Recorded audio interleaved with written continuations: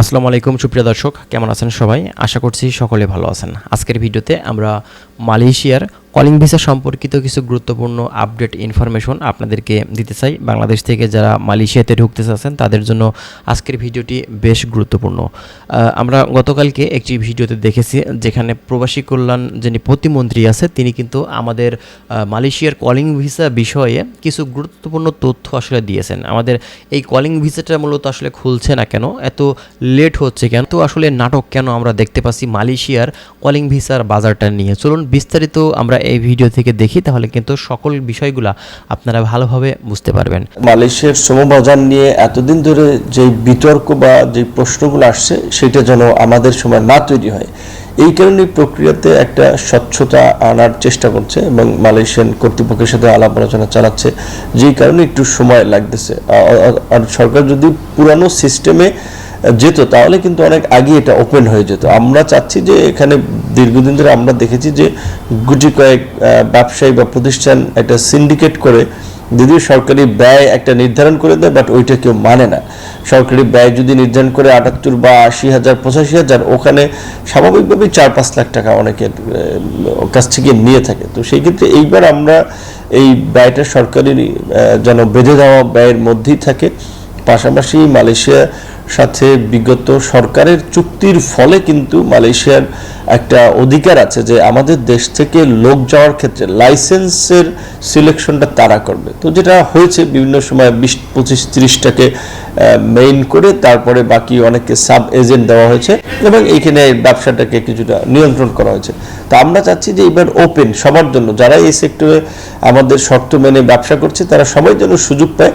সেক্ষেত্রে মালয়েশিয়ার বিশেষ করে ২০২৩ সালে যে শ্রমবাজারের কিছু ঘটনার কারণে বন্ধ হয়েছে, সেই প্রেক্ষাপটে এখন কয়েকটা মামলা চলমান আছে। এই মামলাগুলো নিয়ে আবার মালয়েশিয়ার একটা বিশেষ করে আপত্তির জায়গা আছে। কারণ হচ্ছে আমাদের দেশ থেকে ওখানে শ্রমিক যায়, কাজ করে, আমরাও বেনিফিটেড, তারাও বেনিফিটেড, কিন্তু সেটা যদি একটা দেশের বিরুদ্ধে যদি একটা অপবাদ তৈরি হয় যে এখানে মানব পাচার হচ্ছে, তখন তো সেই দেশটার দায় নেবে না। যেই কারণে এই মানব পাচারের অভিযোগে একটা মামলা আছে, মানি লন্ডারিংয়ের অভিযোগে একটা মামলা আছে, দুর্নীতির অভিযোগে ৩টা মামলা আছে। এই মামলার দুটো মামলা মানব পাচার এবং মানি লন্ডারিংয়ের মালয়েশিয়ার একটু কনসার্ন আছে। সো এই মামলাটাও তারা চায় যে এর একটা নিষ্পত্তি হোক, কারণ হচ্ছে তারা তো এই দায়টা নেবে না। সেদিক থেকে আমাদের আইনশৃঙ্খলা বাহিনী তারাও কাজ করছে মামলা যেভাবে নিষ্পত্তি করা যায়। তো আশা করি যে এইটা খুব দ্রুতই খুলবে এবং যেহেতু আগের পরিস্থিতির চেয়ে একটু স্বচ্ছভাবে আমরা এইবার খুলতে চাচ্ছি, ওই আগের চুক্তিটার মেয়াদ হচ্ছে এই বছর ডিসেম্বর পর্যন্ত। তো কাজে হয়তো এই কারণে একটু ডিলে হচ্ছে যে শেষ দিকে এই চুক্তিরও মেয়াদ শেষ হয়ে যাচ্ছে, চুক্তি আবার নতুন করে করতে হবে। দুই দেশের জয়েন্ট ওয়ার্কিং কমিটিও মিটিং করছে, একটা সমঝোতায় পৌঁছানো গেলেই আশা করি এটা খুলবে। ইতিমধ্যেই এই প্রবাসীদের সেবাকে সহযোগীকরণ করার লক্ষ্যে একটা আন্তঃমন্ত্রণালয় কমিটি গঠন হয়েছে, যেখানে বিভিন্ন মন্ত্রণালয়ের প্রতিনিধিরা আছে। বিশেষ করে প্রবাসীদের বিষয়গুলোতে যারা জড়িত, যেমন পাসপোর্টের বিষয়টা দেখে স্বরাষ্ট্র মন্ত্রণালয়। আর প্রবাসীদের অনেক অভিযোগ এই পাসপোর্ট পেতে গিয়ে আসলে হয়রানি, পাসপোর্ট নবায়নের ক্ষেত্রে হয়রানি, সেক্ষেত্রে স্বরাষ্ট্র মন্ত্রণালয়কে মাস্ট আমাদের সাথে থাকা লাগে। দ্বিতীয়ত হচ্ছে আমাদের এই দূতাবাসগুলোর যারা মাদার বডি বলা হয়ে থাকে পররাষ্ট্র মন্ত্রণালয়, সেবার ক্ষেত্রে কিন্তু পররাষ্ট্র মন্ত্রণালয়কে আসলে দায়িত্বটা বেশি নিতে হবে।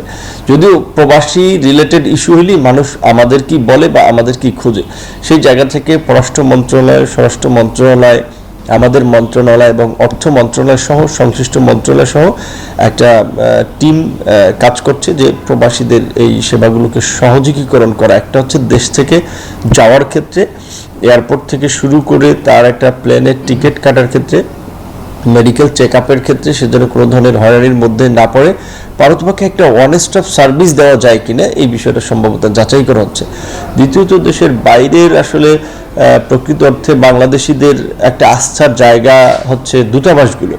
সেইখানে গিয়ে যদি তারা একটা সার্ভিস না পায়, এবং বাংলাদেশের কালচারে আসলে আমরা দেখি আমাদের দেশের মধ্যেও কিন্তু কোনো সরকারি অফিসে লোকজন গিয়ে সেবা পেয়েছে সন্তুষ্ট এটা বলতে পারবে না। এটা দুইটাই কারণ আছে। এখানে যারা দায়িত্বে আছেন তাদেরও একটা গরিমসি ভাব আছে, এটাও ঠিক। আবার আমরা জনপ্রশাসনকে ওইভাবে আসলে সেবামুখী কিংবা জনমুখী করতে পারি নাই। এইটা ওই ব্রিটিশ আমলের একটা মানে সরকারি প্রতিষ্ঠান, তারা লাইক ওই রাজার প্রতিনিধি, ওই রকমের একটা ভাবগাম্ভীর্য অফিস আদালতগুলোতে যারা চাকরি করে তাদের মধ্যে আমি দেখি থাকে, যার ফলে দেশের মধ্যেও কিন্তু সংকট আছে যে বিভিন্ন একটা ভূমি সেবা পেতে হলে একটা মানুষ চিকিৎসা নিতে গিয়েও কিন্তু নানাবিধভাবে হয়রানির শিকার হয়। তো আমরা প্রবাসীর ক্ষেত্রে যদি সফল হই, হয়তো এইভাবে দেশের মধ্যেও আমরা সফল হব। সেই জায়গা থেকে আমরা অন্তত, যেহেতু প্রবাসীরা অনেকভাবেই আসলে গুরুত্বপূর্ণ দেশের অর্থনীতি থেকে শুরু করে সামাজিকভাবে কিংবা বিভিন্ন দেশে যারা আছে তারা বাংলাদেশের প্রতিনিধিত্ব করার ক্ষেত্রে, সেই জন্য আমরা প্রবাসীদের সেবাটাকে একটা প্রায়োরিটি দিয়ে আমরা সহযোগীকরণের উদ্যোগ নিয়েছি। এবং প্রবাসী কার্ডটা যদি আমরা চালু করতে পারি তাহলে এখানে আশা করি স্বচ্ছতা এবং গতি দুটোই আসবে। আশা করি সেটা আগামী মাসে আমাদের এই প্রবাসী কার্ড চালু হবে, যেখানে তার বেসিক এবং পার্সোনাল ইনফরমেশন থেকে শুরু করে ব্যাংকের পেমেন্ট গেটওয়ে যুক্ত থাকবে এবং সেটা ইন্টারন্যাশনালি জুয়েল কারেন্সিতে সে ইউজ করতে পারবে। যার ফলে এখন যেটা অনেকের সংকট হয় যে অনেকে দেশের বাইরে থেকে টাকা পয়সা পাঠায়, আত্মীয় স্বজন বা কারো কাছে থাকে, দেশে এসে দেখা যায় সে প্রতারিত হয়। এখন তার অ্যাকাউন্টেই টাকা রাখতে পারবে, পাশাপাশি তার অ্যাকাউন্ট থেকে বাংলাদেশের যে MFSগুলো আছে, মোবাইল ফাইন্যান্সিয়াল সিস্টেম, এগুলো ইউজ করে সে ওখান থেকেই কিন্তু তার প্রিয়জন পরিবারের কাছে প্রত্যেক মাসে কিংবা যখন তার প্রয়োজন টাকা পয়সা পাঠাতে পারবে। পাশাপাশি এই কার্ড হোল্ডার হিসেবে তার আরও কিছু বাড়তি সুযোগ সুবিধা থাকবে। যেমন আমরা যেটা দেখি যে প্রবাসীরা দেশে আসে অনেক ক্ষেত্রে অল্প ছুটি নিয়ে, তো তাদের অনেক ক্ষেত্রে পাসপোর্ট NIDর সংশোধনের ক্ষেত্রে কিংবা পেতে অনেক ক্ষেত্রে একটা দীর্ঘসূত্রিতা তৈরি হয়। তো আমরা চিন্তা করছি কার্ড যাদের আছে তাদেরকে যেন ফাস্ট ট্র্যাক বেস তাদেরকে সার্ভিস দেওয়া হয়, সেই সুযোগ সুবিধাটা তারা পাবে। এয়ারপোর্টে ইমিগ্রেশনের ক্ষেত্রে এবং আমাদের বিভিন্ন দূতাবাসে কনসুলার সেবা নেওয়ার ক্ষেত্রেও তারা একটা অগ্রাধিকার পাবে। পাশাপাশি দেশের বাইরে থেকে যারা দেশে ইনভেস্ট করতে চায় এবং যারা দেশে বৈধ পথে রেমিটেন্স পাঠাবে তাদেরও একটা বাড়তি সুযোগ সুবিধা থাকবে। এই প্রবাসী কার্ডটা চালু হলে প্রবাসীদের যেটা আমরা দীর্ঘদিনের একটু অভিযোগ, বিশেষ করে যাওয়ার ক্ষেত্রে কিংবা আসার ক্ষেত্রে একটু হয়রানি, কমপ্লেক্সিটি।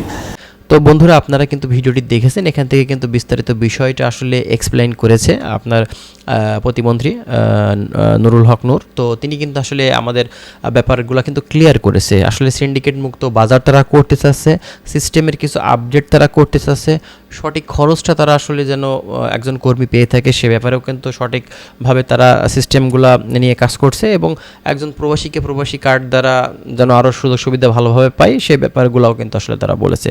তো এটা হচ্ছে মূলত কথা। তো যাই হোক, যারা মালয়েশিয়াতে ঢুকতে চাচ্ছেন আপনারা আর কয়েকটি দিন অপেক্ষা করেন, আগে থেকে কোনো এজেন্সিকে টাকা পয়সা দিবেন না, একটু অপেক্ষা করেন। ইনশাল্লাহ খুব শীঘ্রই কিন্তু আপনারা যে সুখবরটা সেটা কিন্তু আপনারা পেয়ে যাবেন। তো যাই হোক, আমরা আরও বিস্তারিত তথ্য আপনাদেরকে দেওয়ার চেষ্টা করব, তার জন্য অবশ্যই আপনারা আমাদের চ্যানেলের সঙ্গেই থাকবেন। ভালো থাকবেন, আল্লাহ হাফেজ।